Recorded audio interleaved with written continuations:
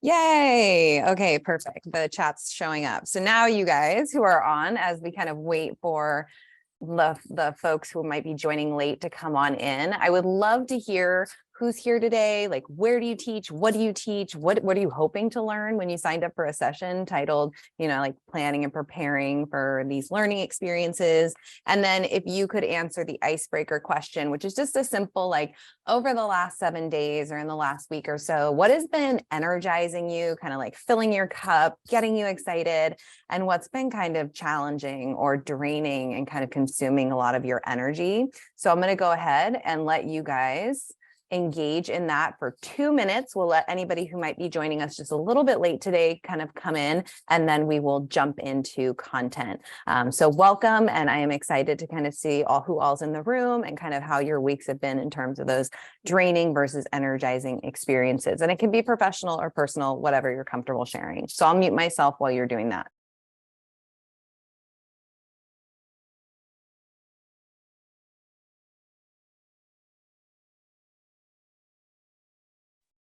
All right. So I encourage you guys, feel free to keep throwing your introductions in the chat window, kind of answering that icebreaker question of what's energizing you versus draining you. I can share with you all, I have my first cold in like maybe 2.5 years. I've been masked up for the better part of it. So I think I've escaped cold season for the most part. And definitely that is draining me today. But my work with educators like you all, I find very exciting and energizing. So and hopefully we'll have plenty of energy to get through our session today and kind of tackle this interesting and important topic that we've come here to chat about. So one of the things I want to kind of start by saying is part of this title, I think, is really important to highlight, which is learning across kind of deeper learning across learning environments. And so one of my areas of focus is really just supporting teachers in designing and facilitating learning that can transcend one physical environment. Like after the pandemic, I really wanted teachers to have strategies and skills and models and techniques they could use, whether they were designing learning experiences for a physical classroom, an online learning environment, or a blend of the two. I think what educators really need right now is that flexible skill set. And I wrote a book with Dr. Katie Novak around kind of bringing together universal design for learning and blended learning. And what we start the book by talking about is just that we want educators in today's world that is so unpredictable, whether it's extreme weather, whether it's something like COVID and pandemics, to have a skill set and a mindset and a tool set that is really versatile, that can kind of transcend any learning environment. And we kind of start with the anecdote of the duck boat. So if you've ever been to Massachusetts, you've probably seen these like World War II amphibian vehicles that like roll down the streets and you can kind of sightsee all over Boston, and then they go right into the water, right? You don't need to get out and get into another vehicle. It just floats in the water. And that was kind of what we envisioned for teachers when we think about this work of how do we support educators in thinking through planning and design so that their work with learners can really happen anywhere. And we can design really meaningful learning experiences, whether we're in a physical classroom, students are learning online, or like I said, there's this combination of the two. So I think really for me, that's always my kind of focus, is how do we make this work more nimble so that we can feel more successful no matter where we're working with learners. So today we're going to talk about the planning and design process, and you're going to hear me using the words or the phrase mini units, right? As opposed to some of the longer form units that most of us are probably used to. And the reason we're going to focus on kind of almost like micro learning, bite-sized learning, mini units is because they have this advantage of obviously being like smaller in scope, and they tend to help us to avoid kind of cognitive overload for students, right? When we're plowing through a 6 to 8 week unit, It can get a little murky for students in terms of what is the focus, what are the key ideas and skills that we're really trying to hone and develop in such a lengthy unit. And when we start to adjust our scope to more of a focus on mini units, it allows us to keep that cognitive load more manageable for students. It allows for more of that brain-based kind of research around learning, kind of spacing out learning, giving students repeated exposure with concepts and skills. It helps to improve retention, allows us to be a little bit more nimble and flexible so we can make adjustments to a smaller scope mini unit much easier than when we're, 4 weeks into a 6 or 8 week unit traditionally. And it makes allowing for self-paced progress for learners, giving them more opportunities to control the pace of their learning. It allows us to do that more easily, to kind of facilitate that self-paced learning where hopefully it feels more doable. So just to give you a couple examples of what I mean by going from those like long form units that most of us are kind of used to planning. I definitely was. I spent the first 16 years of my career really kind of focused on those long units, and really moving to the mini units. It looks something like what you're seeing on my screen now. So as a former English teacher at the high school level, my units typically followed a text. So we're going to read something like To Kill a Mockingbird. It's going to take us 6 weeks to get through. That's going to be our unit. And when I started to move over to more of a mini unit approach so I could be more nimble, and when I was working during the pandemic with teachers around trying to plan in a way that was a little more effective for them and not so overwhelming for students, instead of having the unit follow the book, we had the units kind of focus on things like theme, characterization, symbolism. So each one might run 1 to 2 weeks. We might still be reading the text and really using that as our anchor text to talk about theme or to talk about characterization. But the unit itself was focused on the smaller scope topic of theme. Then the next mini unit was focused on the smaller scope topic of characterization, drawing from the novel, drawing from other texts to kind of help students understand what is a theme and how does it develop in a text? What is characterization? Let's talk about the different characters and how are they being described and developed, et cetera. If you think about a big unit on population ecology and breaking it down into its different parts, kind of thinking about covering things like energy flows and population and community dynamics as mini units within that larger umbrella. And same with the history unit that might focus on like the Industrial Revolution. Maybe there's a mini unit on like the causes or lead up to. Maybe there's a mini unit on the impact on the environment or the growth of industry. So again, it's not that we're like abandoning what we used to do. We're kind of taking those big umbrella units and we're thinking about what are the smaller parts and how do we actually create units focused on those smaller parts so that students aren't quite so overwhelmed. So we have the ability to make really clear connections between the different parts of this larger topic. So I wanted to clarify that before we get into this design work, in case you're wondering, why on earth will we be talking about mini units? Why aren't we just talking about traditional units? So as with most design work, I really like to advocate for a backward design. So anybody who is familiar with kind of understanding by design, the work of Jay McTighe and Grant Wiggins, it's this idea that we plan in a very specific way so that our learning objectives are totally aligned with our assessment strategy. So we start by often kind of looking at our standards, and from the selected standards we're focusing on, articulating clear learning objectives and desired results. The second part is actually jumping to what sometimes feels like the end of the process, which is then thinking about an assessment strategy. So once we articulate for a mini unit the desired results, the learning objectives, then we want to think about how are we going to measure student progress toward those desired results, toward those learning objectives. We want to make sure those things are totally aligned.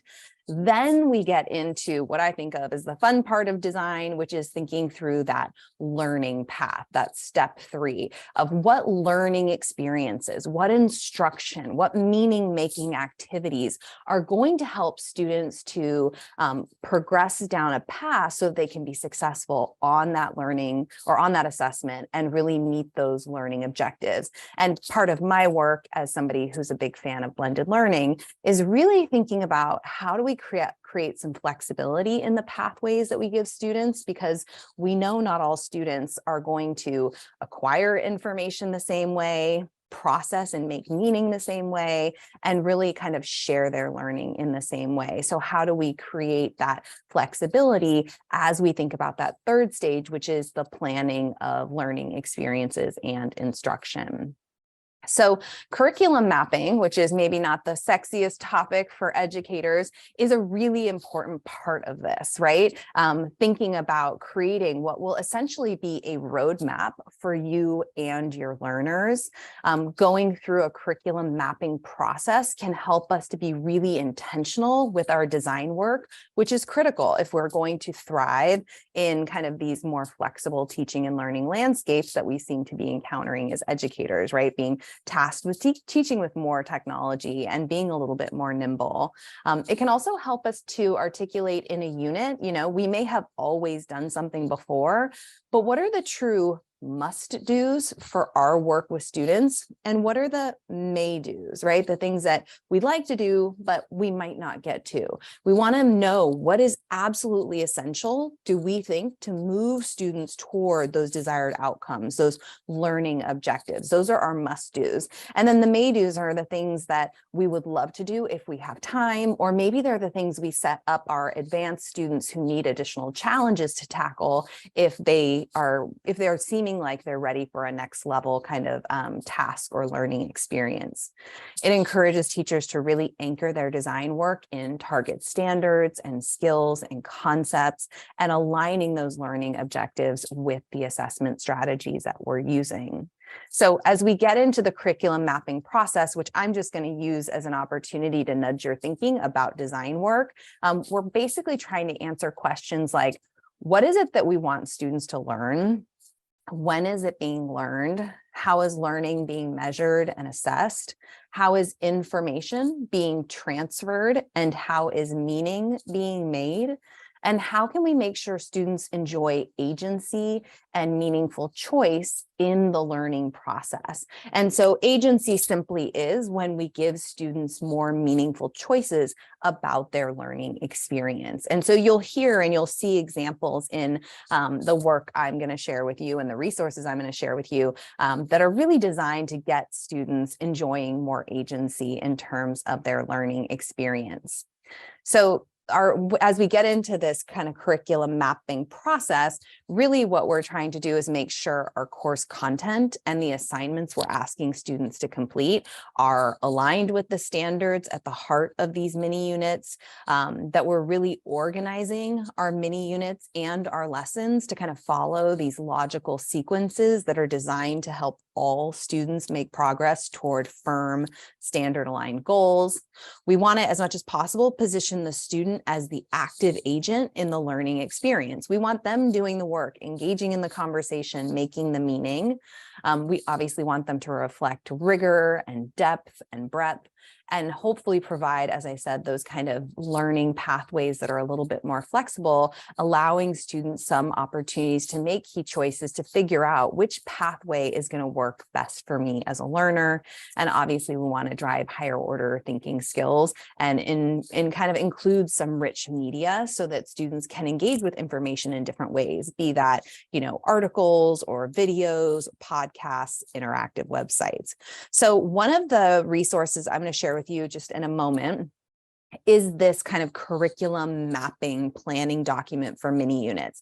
And we're going to walk through it. And I'd like to build in time whenever I work with teachers, just so you guys can kind of consider the strategies we're talking about, capture your thinking, start brainstorming and planning right in these sessions together. So you leave with something you can kind of build on. So in this document, I'll share with you kind of what it looks like. At the top, it has this place for, where you can literally get to each of your units straight from the top of the page, just for easy kind of navigation.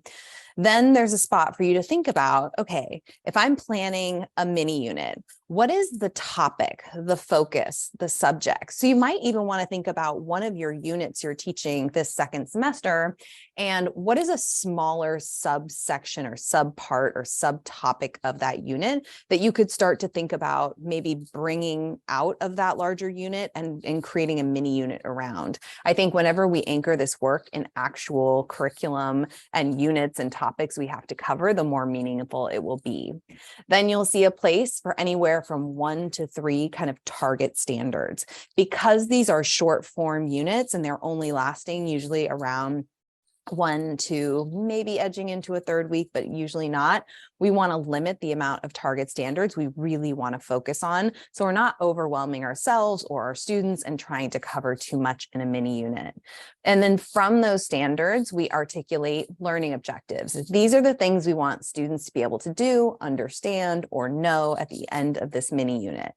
Then, like I said, once we've clarified those, we actually jump to the assessment column and we think about what strategy or strategies might we use to have students demonstrate their learning? How are we going to know how much progress they made to understanding a particular topic, a particular concept, being able to apply a particular strategy or skill? Then we can get into the instruction column and what students might need to hear or learn or see, what activities are going to help them process and make meaning, kind of make sense of all this information. And then what are some of those resources we already kind of are aware of or typically use when we cover this content that we might want to pull into this mini unit. So what I have done for you guys today, because I know these sessions are relatively short and there's a lot of information covered, is I put together a resource document.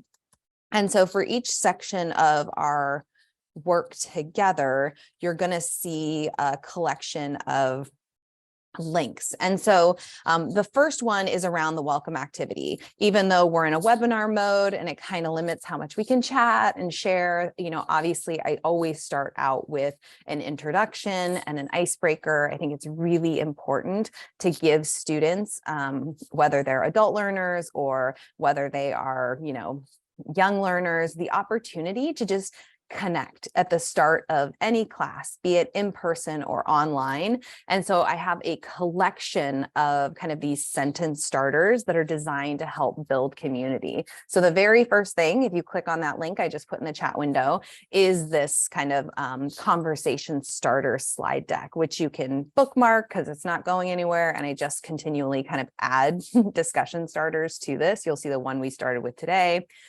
Or you can make a copy of it and add slides to your copy if you prefer. The next section down here is around backward design, and that's where you're going to see your template for the mini unit. So if you open that up, you should be able to just go up to File and make a copy. And so as we're going through our session today, this is where I would love for you to capture your thinking, is in the copy of your kind of mini unit template here. So when we're talking about instruction, I want you to be able to kind of capture your thinking about your instruction and models here. And then if we're, talking about, assessments, what are your initial thoughts about assessments? And you can capture it here. Again, always kind of thinking about what can you take away from an experience like this that then you can share with other people you work with or potentially use kind of indefinitely. So everything we chat about and more is on this resource document for you guys. All right, so we're going to start with learning objectives. So the learning objectives are really what we craft after we've decided what is going to be the topic of our first mini unit. And what are those target standards we really want to focus on as we design this unit? Because those target standards directly inform the learning objectives. We're going to craft our learning objectives from the 1, 2, or 3 target standards we've selected. And just because we only focus on 1 or 2 or even 3 target standards, it doesn't mean that's all we're going to cover, right? As teachers, we end up covering a lot, like hitting a lot of different standards. But when I say target standards, I'm just mean the ones we really want to focus on for this particular learning experience.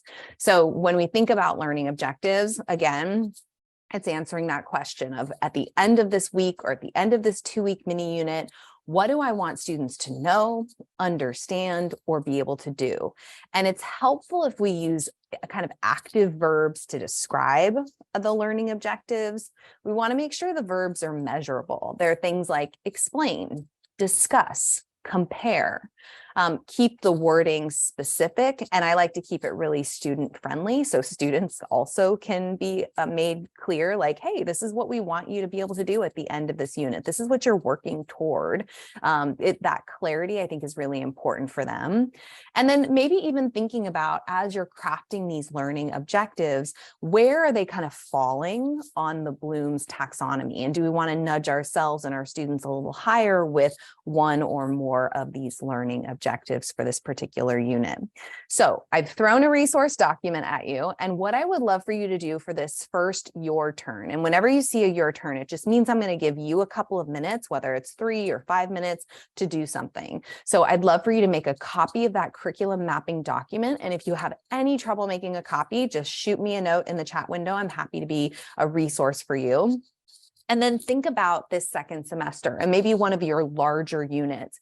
If you were going to break it down into a few mini units, what might be a topic, subject, or focus of a mini unit that you would cover second semester?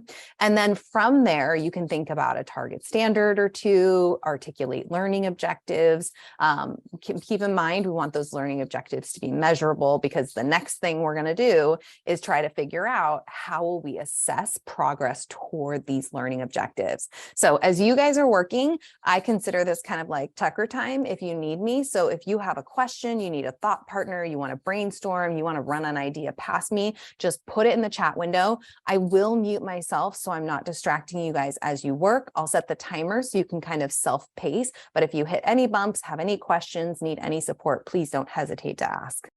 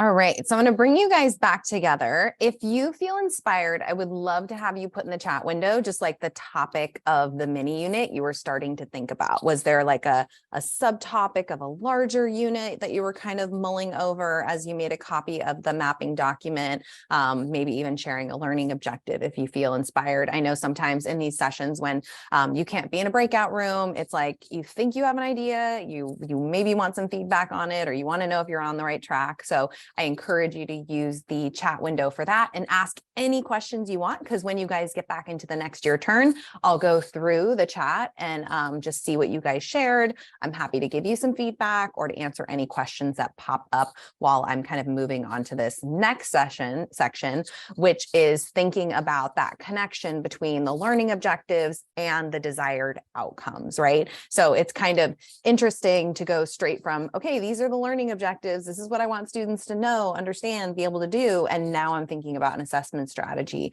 But the benefit is that if we articulate the learning objectives and then we get kind of bogged down in all the learning activities we think are important to help them meet those objectives, sometimes it can make the connection between the objectives and the assessment strategy a little bit murky. And maybe our assessment strategy isn't as aligned as it would have been if we go straight from one to the other, learning objectives to perform or to assessment strategy. One of my favorite types of assessments are performance tasks. And I love this quote by Jay McTighe. He says a performance task is any learning activity or assessment that asks students to perform to demonstrate their knowledge, understanding, or proficiency. Performance tasks yield a tangible product and or performance that serve as evidence of learning. And unlike a select response item like multiple choice or matching type of questions on a traditional exam that ask students to select from given alternatives, a performance task presents a situation and really calls for learners to apply or transfer their learning in context. So kind of thinking about when might it be appropriate to ask students not just to take an exam with those kind of prescribed options, but really to be challenging them with performance tasks, because performance tasks are really designed to get students applying their knowledge and skills, not just retrieving information. And that's a really powerful demonstration of true, deeper learning. They're open-ended, so they're not going to yield one right answer and actually encourage more creativity of thought. They often present novel and authentic contexts for students to work in, making their work feel more interesting often and relevant. They tend to be complex and multifaceted, really challenging different parts of students' thinking and their brains as they're kind of taking what they learned and attempting to transfer it. It really, through that demonstration or through that transfer, they demonstrate deep learning. And often performance tasks will incorporate other subject areas and 21st century skills in the way that traditional assessments might not. And they can be evaluated just like anything else with clear criteria and rubrics. And for anybody who's really interested in rubrics, I just blogged about rubric design yesterday. So my most recent blog on my website is about designing standard aligned rubrics. So performance tasks as assessments can take lots of different forms. Students might demonstrate and create a product that takes the form of like a video or an original podcast. It might be a written kind of response or explanation or report or essay of some kind. They might build a model or construct some kind of simulation, do something more artistic and visual, or like the quote from Jay McTighe says, actually engage in some kind of a performance to demonstrate their learning.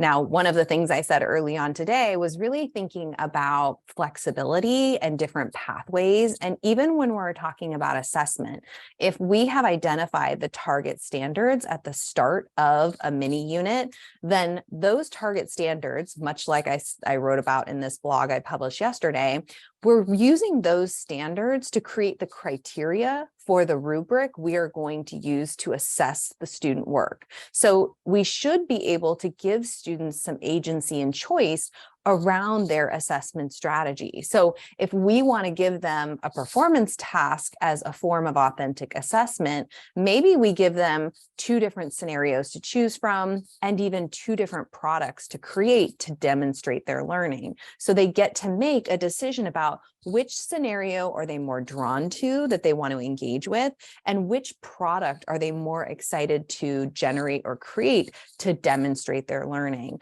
So I know sometimes when I talk about student agency with teachers, they get a little bit nervous. It's like, wait a second, Catlin, all of this planning and design work, it's really time consuming.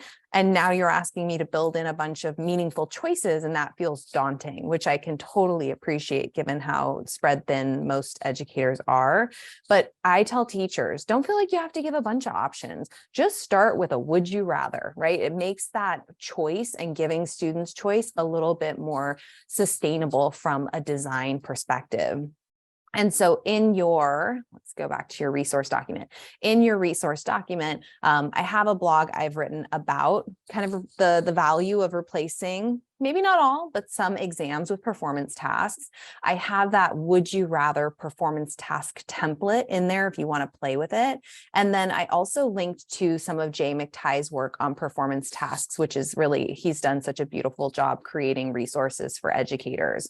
So in this your turn, what I want you to do is read back through any learning objectives you might have articulated, and then think about, okay, if those are the objectives of the mini unit, what type of performance task might you ask students to do to kind of demonstrate their learning so you can assess whether they learned the content you wanted them to, they mastered the skills you were hoping they would master, and then what are your thoughts on giving them some meaningful choice about how they demonstrate that learning? Do you like this idea of kind of a would you rather approach to the performance task, providing those flexible pathways so hopefully every student has something they feel confident they can do to demonstrate their learning? So I'm going to stop talking. I will open up the chat. I'll answer any questions that landed there. Again, if you want to have a thought partner or brainstorm or run an idea by me, please don't be shy. Throw it in that chat. I'm going to set the timer for 3 minutes so you can just kind of capture your thinking and brainstorms in that assessment column of your curriculum mapping document.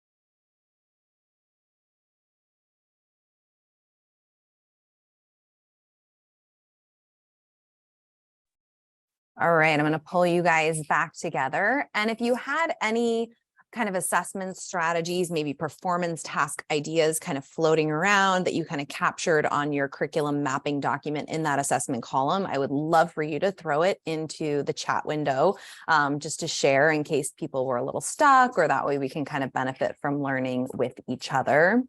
Now, the next column I typically will spend time on when I work with teachers is, so after learning objectives, then you have that instruction and modeling column in your mini unit kind of curriculum mapping template. And in that column, really what we want to ask ourselves is, what information and what models will students need to see or hear in order to make progress toward those kind of firm standardized goals or learning objectives?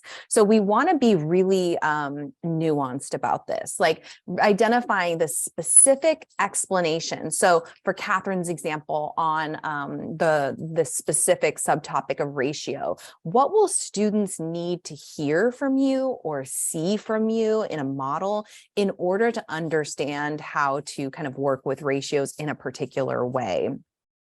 If we're, teaching them coping mechanisms, like what explanations, what models will they need to see in order to be able to take that and kind of put it into practice? So identifying the very specific explanations, instruction, and model that students are going to benefit from in order to make progress.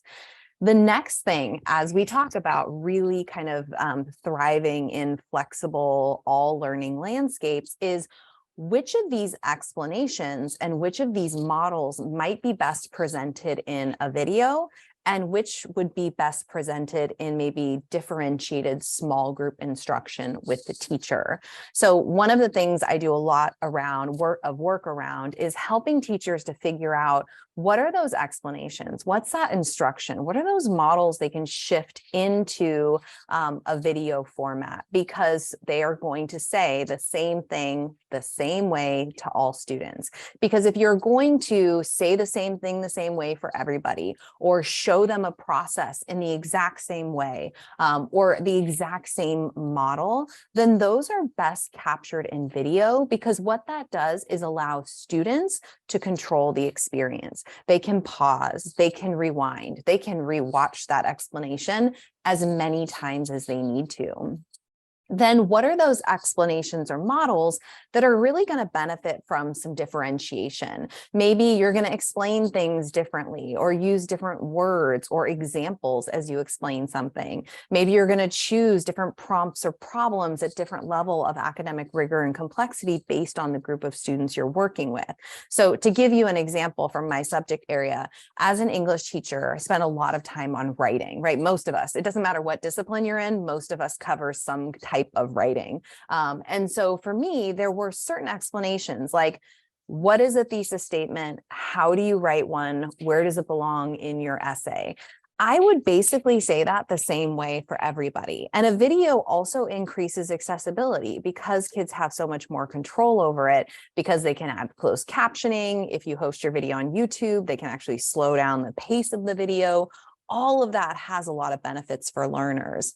Whereas if I was trying to get students to understand how to select strong textual evidence, how to analyze and pull apart quotes and write about them, that is much more nuanced. That is going to benefit from being done in small differentiated group instruction, so that I can choose kind of textual evidence at different levels of academic rigor and complexity. I can kind of provide different levels of support. So maybe some students who are starting to try to analyze textual evidence, they need sentence stems, and they're going to need a lot more immediate feedback as they're trying from me, their teacher. And I can't do that in a whole group kind of instructional session. I need to have them in small differentiated groups. So what I would love for you guys to do is on your curriculum mapping document. You have your subtopic, you may have a learning objective or two identified. You might have some ideas about how would I assess the progress toward these learning objectives. Now I want you to go to that second column that says instruction and modeling. And I just want you to brainstorm all of the explanations, the instruction, what concepts are you going to need to explain? What models are you going to need to demonstrate during this mini unit so students can make progress toward these firm standard aligned goals. Once you have a few of those filled in, and try to be as specific as possible, because when we talk about making videos, we always want to keep them short. So we don't want to cover too much ground in a single video. Once you have a collection of instruction and models you know students need, go through and put a V next to any of them that you think you could probably deliver in a video, because you'd probably say the same thing the same way. And students might need to hear that explanation over and over and over again. And it gets really frustrating to have to repeat ourselves and lose those instructional minutes. So label those with a V, meaning that they might make really good videos. Then anything that you're like, I think this would benefit from live instruction, live small group instruction, put a little L next to it. Because as you go through and start putting together the actual content for this unit, you'll know what you might want to try to make a video out of versus what you might want to pull into small group instruction. And again, I'm going to mute myself so I'm not a distraction, start the timer, and just check out the chat window if you have questions, want to brainstorm, ask me about an idea you have, whether something might work better in a video versus small group. All right, I'll mute myself, let you guys work.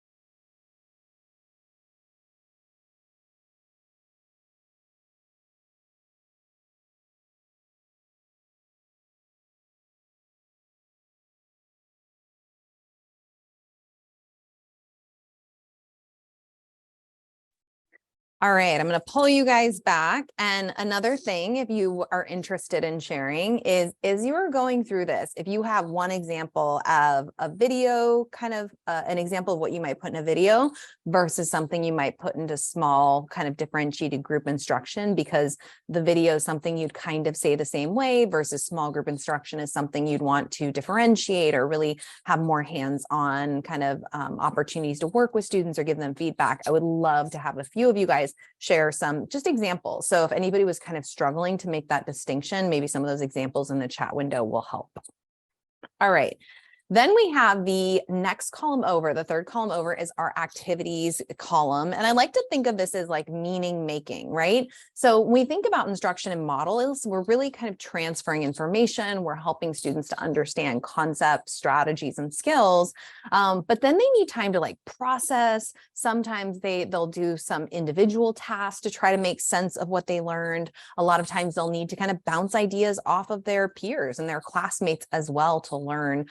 Or to really kind of understand and solidify that learning. So there's a lot of different things we might ask learners to do. We could have them engage in discussion, which is actually the strategy I want to like spotlight since we don't have a ton of time together. But I think it's important to dig into at least one of these.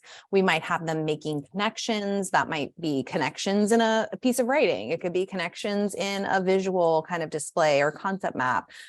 Or we might have them kind of taking what they're learning and summarizing it, or even doing kind of like a 3-2-1 reflection where it's like, okay, what are 3 things you learned and 2 connections you made and 1 question you had, or 3 things you learned, 2 questions you have and 1 thing that surprised you, really getting them starting to kind of take that learning and really mentally play with it and try to organize it and make sense of it. Now, I am a huge fan of discussion. I think academic discourse is one of the most powerful strategies we have to connect members of a learning community to make sense of their learning. So whether we are facilitating discussions in person or online or a combination of the two, I think there are just myriad benefits, right? So it's the connection we have to this learning community. It's the opportunity we give students to be exposed to different perspectives and points of view. I mean, we live in a very polarized time, and I think it's important for students to realize having a different perspective is not a bad thing. It actually makes a discussion really rich and interesting if we support our ideas, if we are respectful when we have a different opinion. We can use discussion to drive deeper thinking around topics and texts and issues. And the more kids chat about something, the more likely they are to understand what they're learning, retain what they're learning. If they're communicating in person, they're really practicing those speaking and listening skills. Maybe they're even doing that online with a platform like Flip, where they are recording kind of discussion responses to each other. If they are engaging in your learning management system or your Google Classroom in an online discussion, then they're practicing those writing skills to communicate effectively. And what I like about discussion, if we are doing it online or we're doing it in small groups, is that every student has the opportunity to have their voice heard. And that's just not possible in a whole group teacher-led discussion, which typically is dominated by a select few students. And ultimately, I think the most exciting part of discussion is it really starts to shift students from being these consumers of other people's ideas to producers and generators of their own ideas. So like I said, discussion can happen in class and online. And I'll be frank with you, there are times with my own high school students and even now with my graduate students where I want to engage them in a discussion, but I know that for some students who are shy, they need more time to process, they struggle with social anxiety. Even just a small group discussion that is live might be intimidating. It might present barriers. They might feel more successful logging into a learning management system and posting their ideas in an online discussion. So there would be times when I would say, okay, you can either join 2 small group discussions over on this side of the room, or you can go this side of the room, log into our learning management system and post your response to the question there and reply kind of to other peers who are also engaging online. Because sometimes people are just having a bad day or coming into the classroom with trauma and they just need a little space, and jumping into a live discussion was not going to be the most effective way for them to engage with their peers. So You can kind of decide how you want to approach discussion. But if it happens, if it's a synchronous small group discussion, it's obviously happening in a classroom or in a breakout room. If you have kids online together, it does target that speaking and listening skill, which is so powerful. And it requires that students really focus on developing their facilitation skills as they learn to navigate live conversations with other humans, make connections between different ideas being shared, ask follow-up and clarification questions. Whereas online discussions, those can happen. They can happen in a classroom over the length of a class period. They can happen at different times and at different places if students are working remotely or online. They really target text-based speaking and text-based communication skills if they're happening like in a learning management system, but they can also target those speaking skills if you're using a platform where they are recording responses to questions and responding verbally in recordings to each other. The benefit of that asynchronous approach is it does provide students with a high degree of control over the kind of pace at which they work. Often they can kind of revise their written responses or re-record a response if it didn't go exactly how they were hoping for. So for any teacher who uses online discussions, I included actually, it's kind of almost like a resource document within a resource document, but I think it can be really helpful, which is just like, how do we support dynamic discussions online? And so these tips that I'm about to show you, you guys all have access to here if you want to revisit them or share them with other people that you work with. So everything you're about to see, you have access to on that document as well. But I always encourage teachers, like, you got to hook your students. So if it's an online discussion, let's start with a catchy, creative title. That's really what will draw some of them in. We also want to acknowledge that we have really diverse groups of learners. So let's subtly differentiate with the kinds of questions we're asking. So maybe we start with a more academically challenging question, and then we get kind of subsequently we make the questions more accessible using more simpler vocabulary so that there's more than one entry point into the discussion and all students can participate.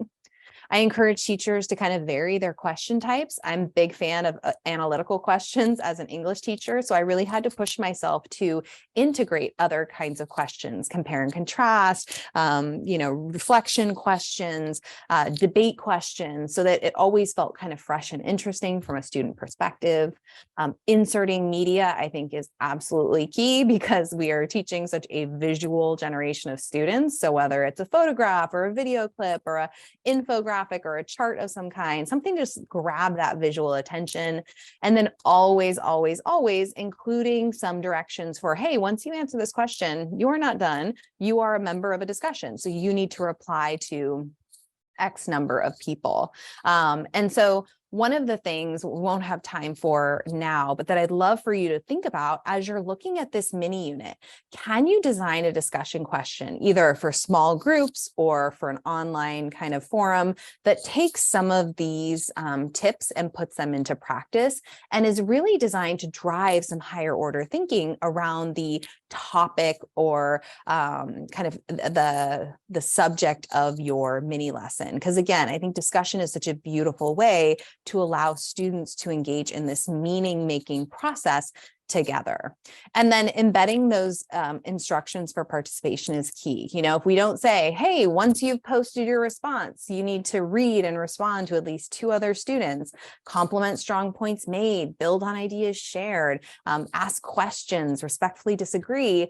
Sometimes it's easy for them to just answer the question and then exit whatever space they're in if it's an online discussion. So being really thoughtful about embedding those, what is expected of you after you answer the question? How many people should you reply to? What are some techniques you can use to make sure you are saying something substantial? Because especially with online discussions, but even in person discussions, they often don't know how to kind of drive conversation forward by sharing a personal experience, connecting an experience they had with something else somebody else shared, or connecting two ideas that were shared that were similar, kind of expanding on somebody's thinking. All of these have to be taught explicitly, but as we invest time as educators in helping students to learn how to engage in a conversation in a really substantive and meaningful way, the more quality, the more depth we're going to observe as we kind of see them engage in these conversations.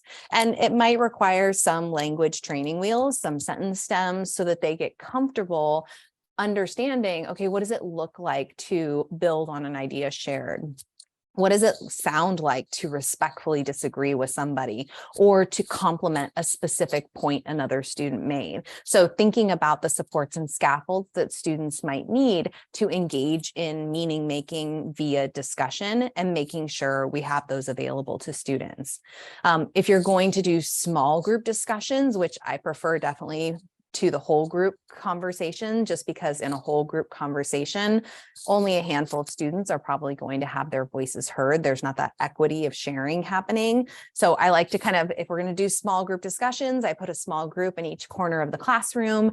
They sit in a circle so they can make eye contact. I often invite them to write some of their own questions, things that they're curious about after watching a video, reading a chapter, conducting a lab, so that they're also adding to the conversation with questions they're interested in and that they care about. And you can even give them some agency about how does each group want to engage in conversation, because there are a bunch of different discussion techniques we might give them to choose from. So I included this discussion techniques choice board in your resource document in case you want to explore some of these, because I've had groups where they'll opt for graffiti team time, where they'll write a question and they actually write responses to questions on paper.